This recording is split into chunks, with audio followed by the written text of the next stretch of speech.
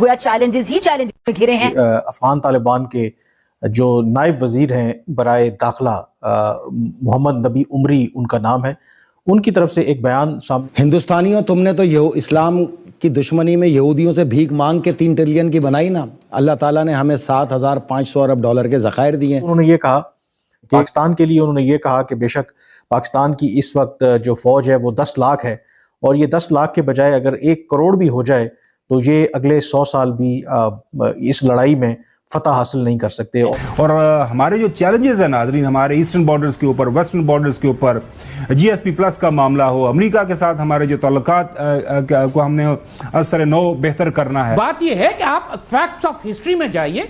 1967 में अगरतला साजिश पकड़ी गई थी जी। ये पॉलिटिकल पार्टी उस वक्त अवामी नेशनल पार्टी गद्दार थी, पकड़ी गई थी।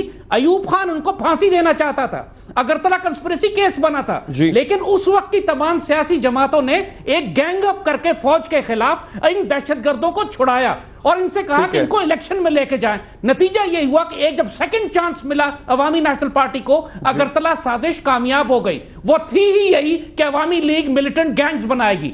अब ये बात के हम इल्जाम लगा रहे हैं, एक फैक्ट ऑफ हिस्ट्री मौजूद है। उसकी पॉलिसी क्या है, वो सोच क्या रखता है? ये आजकल यूट्यूब पे और वीडियो पे ये सारा पैगाम चल रहा है, उसकी तकरीर है जो किसी वो थिंक टैंक के अंदर बता रहा है कि पाकिस्तान जैसे मुल्क को किस तरह संभालना चाहिए। वो कहता है कि पाकिस्तान के साथ वो करो जिसको डिफेंसिव ऑफेंस के तौर पर वो नाम देता है।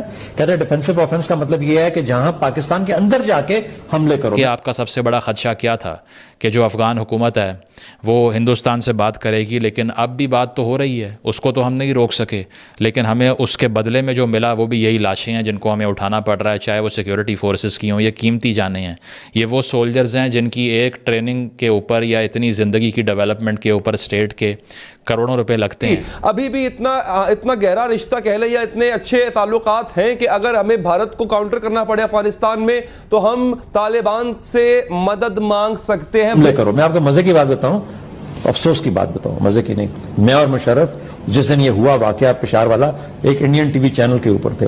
हमें पहले 5 मिनट दोनों को इस बात पे लगे उनको समझाने में कि खुदारा हमारे जख्मों पे इतना नमक ना छिड़कें। आज के दिन में जब हम 132, तो उन्होंने पता क्या कह रहे थे, आज समझ आई, आज आपने रास्ता बदल लिया या नहीं बदला?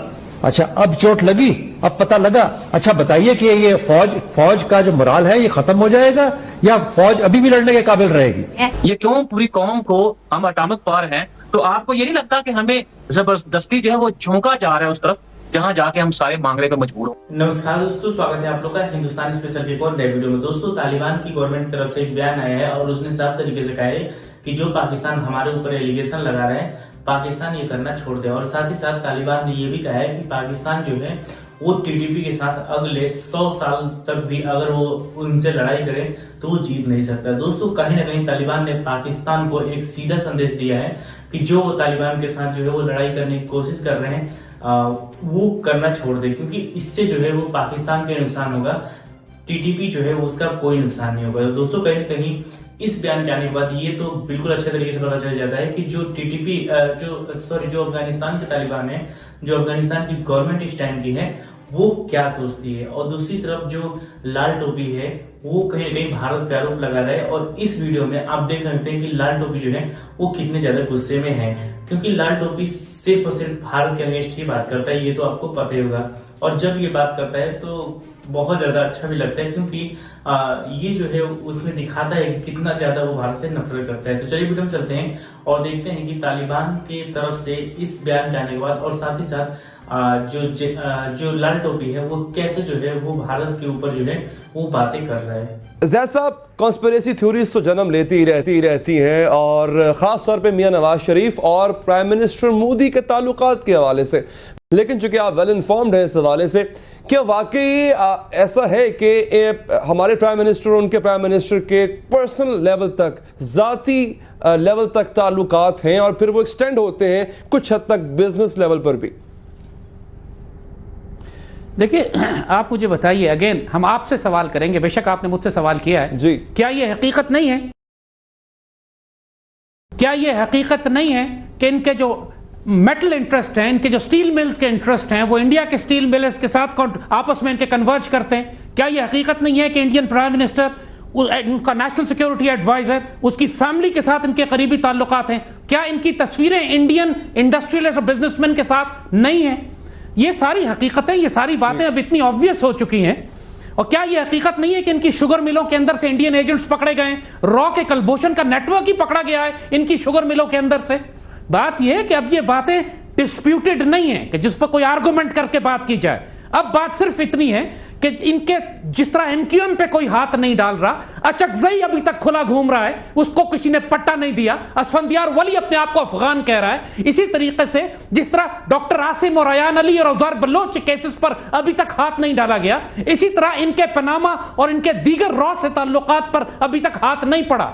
यही बात हम आपसे कह रहे हैं। और अब आगे बढ़कर अगला स्टेप हम कहेंगे कि इमरान खान की पार्टी पे भी सवाल उठते हैं, इमरान की जात पे सवाल उठते हैं। इससे ज्यादा डिस्गस्टिंग स्टेटमेंट मैंने इमरान का नहीं सुना कभी। इससे पहले भी बड़े बड़े माशाल्लाह मोती बिखेर चुके हैं वो, कि तालिबान का दफ्तर पेशावर में हो, एटमी रिएक्टर बॉर्डर पे बना हुआ हो, पाकिस्तान आर्मी ईस्ट पाकिस्तान में जेनोसाइड करती रही है और बलोचिस्तान में कर रही है। ये क्या बाबर गौरी ने अभी पाकिस्तान को गालियां नहीं दी हैं? कैसी बात कर रहे हैं आप? अस्तगफिरुल्लाह रब्बिल आलमीन। अगर कराची वालों की नुमाइंदगी करनी है तो मुस्तफा कमाल पाक सरजमीन कर सकती है, एमक्यूएम हकीकी कर सकती है। इस एमक्यूएम को जिंदा रखने की क्या जरूरत है? अगरतला साजिश में 1968 में इन्होंने शेख मुजीब को बचाया था, अवामी नेशनल पार्टी को बचाया था। लेकिन गद्दार तो नहीं कह सकते ना जैद साहब, सबको गद्दार। लेकिन अगर सारे ही गद्दार हैं तो फिर हम किस स्टेट में जी रहे हैं, हम कहां बैठे हैं?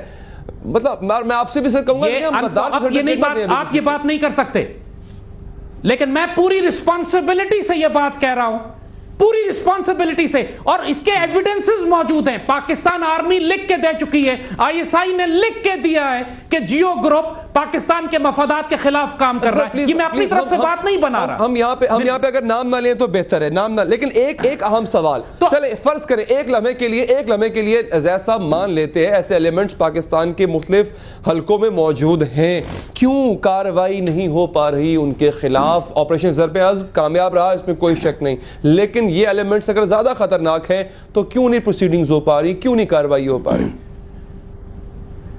आपने अली फौजी अदालतें क्यों बनाई? फौजी अदालतें इसीलिए बनी कि पाकिस्तान का जुडिशियल सिस्टम दहशतगर्दों के हाथों ब्लैकमेल हो चुका था, इसलिए फौजी अदालतें बनी। वो 200 जिस मुल्क में अदालतें इंसाफ नहीं करेंगी वहां ये दहशतगर्द हुकूमत और पार्लियामेंट में बैठेंगे, शहर के मेयर बनेंगे, पाकिस्तान के बड़े बड़े हुक्मरान, ये होगा। लिहाजा आप इन सारे दहशतगर्दों की सजाएं पाकिस्तान की फौजी अदालतों से दिलवाएं। वो पॉलिटिकल पार्टीज के लोग बैठे हुए हैं कि जो बराह रास्त रॉ के साथ ताल्लुकात रख के पाकिस्तान तोड़ने का नारा लगा रहे हैं। अब आप पाकिस्तान की हुकूमत को डिसॉल्व करना पड़ेगा। एमक्यूएम के सारे मेंबर्स को रिजाइन करवाएं, वो डिस्क्वालीफाई हो चुके हैं पाकिस्तान के कॉन्स्टिट्यूशन के तहत। अचकजई को डिस्क्वालीफाई करवाएं, असफंदियार वली को डिस्क्वालीफाई करवाएं, अयान अली, डॉक्टर उजैर। मैंने सिर्फ ये कहा था सर फॉरेन ऑफिस क्या करे हमारा, यहाँ पे हमारा फॉरेन ऑफिस क्या करे हमारी। तो दोस्तों जैसे कि आपने इस वीडियो में देखा कि जो जैद हमीद है यानी कि जो लाल टोपी है वो भारत पे किस प्रकार के आरोप लगा रहे हैं। दोस्तों जैद हमीद ही नहीं बल्कि पाकिस्तान की पूरी मीडिया ही भारत पे शुरू से आरोप लगाती है। दोस्तों जब बात होती है अजीत डोवल की तो आपको पता होगा कि अजीत डोवल लगभग 12 से 15 साल जो है वो पाकिस्तान में रह चुके हैं और उसके बाद से वो काम करते करते आज हमारे इंडिया के एनएसए बन चुके हैं। लेकिन पाकिस्तान जो है वो ये बात अच्छी तरीके से जानता है कि उनके पास नॉलेज कितना है और इसीलिए पाकिस्तान जो है वो अजीत डोवल से तो डरता ही है। साथ ही साथ जो अभी पाकिस्तान और अफगानिस्तान की सिचुएशन चल रही है उसमें भी उनका ये कहना है कि अजीत डोवल का हाथ है और अजीत डोवल की जो चीजें हैं वो काम कर रही है अफगान तालिबान में।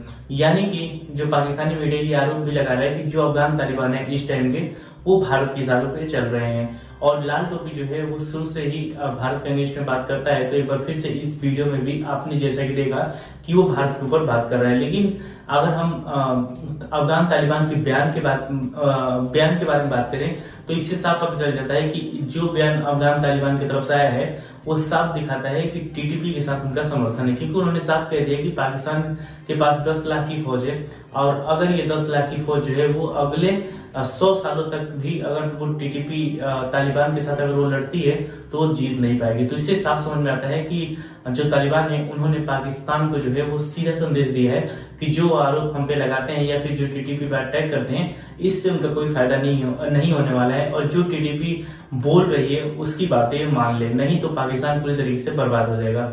तो दोस्तों का साथ में इतना ही। आई थिंक आप लोगों को वीडियो अच्छा लगा होगा। वीडियो अच्छी लगी तो वीडियो को लाइक और चैनल हिंदुस्तानी स्पेशल को सब्सक्राइब कर लें, क्योंकि हम आपके लिए इंटरेस्टिंग वीडियो लाते रहते हैं। मिलेंगे इसी न्यू वीडियो में, तब तक के लिए हिंदुस्तानी स्पेशल।